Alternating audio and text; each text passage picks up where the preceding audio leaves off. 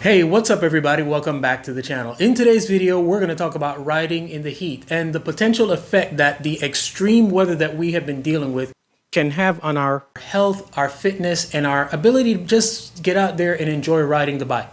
So I'm not an expert on this. I only know what I know, and some of the things that I decided to do this summer when I realized that yes, it is hotter than I've ever experienced it was I cut down on my intensity. I cut down on my distance. I try to ride as early as possible so that I can avoid the early morning heat, or if possible, I'll get out there in the evening. Or there are times when I'll just say, I'm just not riding because I don't like the effect that the extreme has on my body. That's just me personally.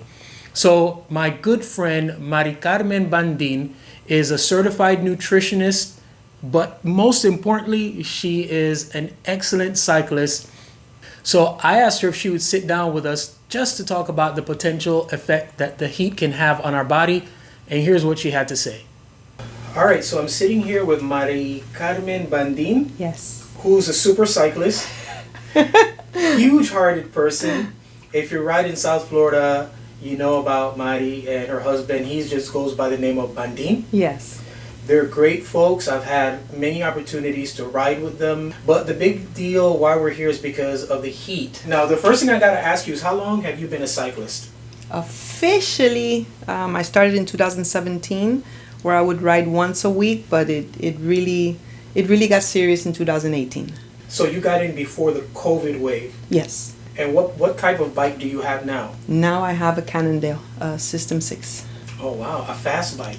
I love it. Do you consider yourself a weekend warrior, or do you race, or you just ride for the pleasure of riding? I like the endurance riding, but at this point, I mean, I'm just happy to get out and ride anytime I can. So. Okay, so you're being modest. So this weekend, your Saturday or Sunday, what was your distance on your Sunday ride? Well, Sunday was 51. Saturday was 145. Okay, so you're a rider. Yes. All right, so we have been experiencing unprecedented heat. Yes, we have. This is very And I know true. it's not just South Florida, it's the entire country. Yeah. Does heat have to be extreme to affect performance? If you're not prepared for it, it can definitely cause a huge strain. This weekend showcased the contrasting conditions that we often have an opportunity to ride in. For example, Saturday was unusually overcast, while Sunday, the heat and humidity came back. I asked Mari to speak on these two different conditions, considering that she did her 145-mile ride under overcast conditions, and her shorter, easier ride was done under more extreme weather conditions. What I noticed was on Saturday with the 145, I mean, also we stopped every 30 miles to replenish and refuel, but we were fine, and it was only 5 of us. And we were okay, and we were out there till about, I want to say 1:30, I think was when we actually finished everything. And then comparing that to Sunday, where I could feel the heat like just radiating off my body, definitely I could see how that extreme weather could have definitely caused an issue or a problem to somebody who has not prepared for something like that. Let's say a person does a 50 or 60-mile ride in extreme heat. Okay. They feel drained or dragged down. Mm-hmm. How does that affect their recovery, or will that affect their ability to recover? No, it will. What will happen, they will definitely feel overly tired. They will need to find a way to replenish everything they did lose throughout that ride. Mm-hmm. And most of us, we like to do back-to-back riding. Mm-hmm. And if we don't fully replenish from the day before, by the 3rd or 4th day, we will be running into some form of a situation. And mainly one of the most ones that are overlooked is disorientation, where you just feel like a little bit of lack of concentration or something. That could be like a very minimal first sign of dehydration. What you just described, if that happens while a person is on the bike, what do you recommend that they do?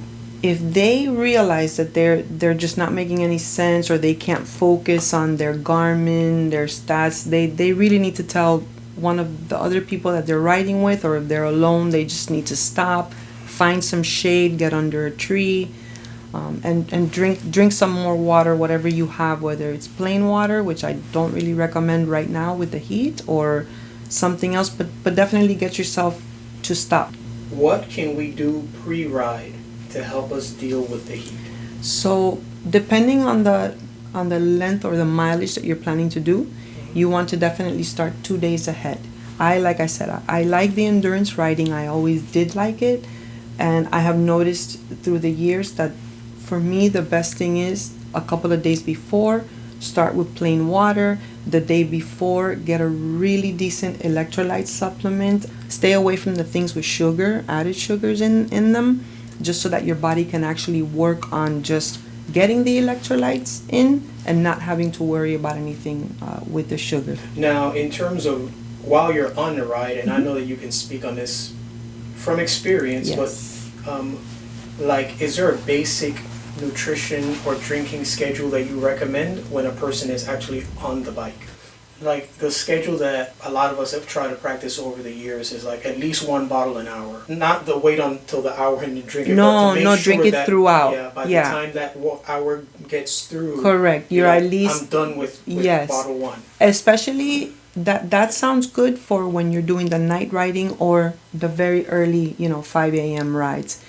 Yeah, if you're getting into 8:30, 9:30, 10, you probably want to take that up to 1.5 at this time right now, because it's just very hot. Yeah. The heat index is crazy. Same question, but now post-ride. What do you recommend that a person does post-ride? It's just coming off a very hot ride. Okay, so get to a cool spot, but like don't go into the car with a full-blown AC, because that temperature change can affect some people. So again, you want to get into a cooler area, cooler spot, start drinking, again, replenish, use the electrolytes, and get some food also in you. Food is really important to also, help you bounce back and get back. But again, pretty much the same thing you did before, you do after. Don't let that fatigue set in and then try to get more electrolytes in. It really does come down to your electrolytes. Amazing. This has been incredible information. Now, Mari, what is your official title? Okay, so my official title is a cyclist. No, just kidding. But no, I studied plant-based nutrition, but I do nutrition and lifestyle counseling. Okay. And you work only with cyclists, or do you also work with non-cyclists? Work with cyclists and non-cyclists. And you also do vegan and fasting? I do. Okay. I'm plant-based. I was vegan, and then I transitioned slowly. Mm-hmm. And then I got into intermittent fasting, and that blew my mind as well. So now I'm here at Bellissimo Medical, and cyclists, non-cyclists, anybody who wants to learn a little bit about feeling a little bit better. Mari Carmen? Yes. Mari Carmen Bandin. I want to thank you so much for taking the opportunity to share your expertise with us. And are we riding today? We ride every day we can. But no, I'm the one that's very grateful for you having called me out and having been here. I love this. I love sharing any information that can help anybody to better themselves, and I'm appreciative of you as well for letting me be on here with you today. I appreciate you. Thank you so much. Love it. Thank you. All right. Well, that was a timely topic, and I appreciate Mari Carmen coming on and sharing her expertise with us. Oftentimes the things that we should be doing, they sit right there at the surface of common sense, but they oftentimes need to be validated and reinforced, and sometimes maybe just tweaked a little bit to make sure that we're practicing them to protect our fitness, our health, and be able to enjoy this lifestyle. Hopefully in the near future, I'll be able to get Mari Carmen back on the channel so that she can actually share her actual expertise, which is to help families or individuals develop a nutritional plan and be able to sustain a healthy and vigorous lifestyle. Yeah, I think that'd be awesome. And also, her fitness journey, her personal testimony is tremendous. It'll knock your socks off. So I'll see what I can do about making that happen. All right. As always, I'm very grateful to everybody who supports the channel by watching these videos, by liking, by commenting, and commenting classy. I appreciate that.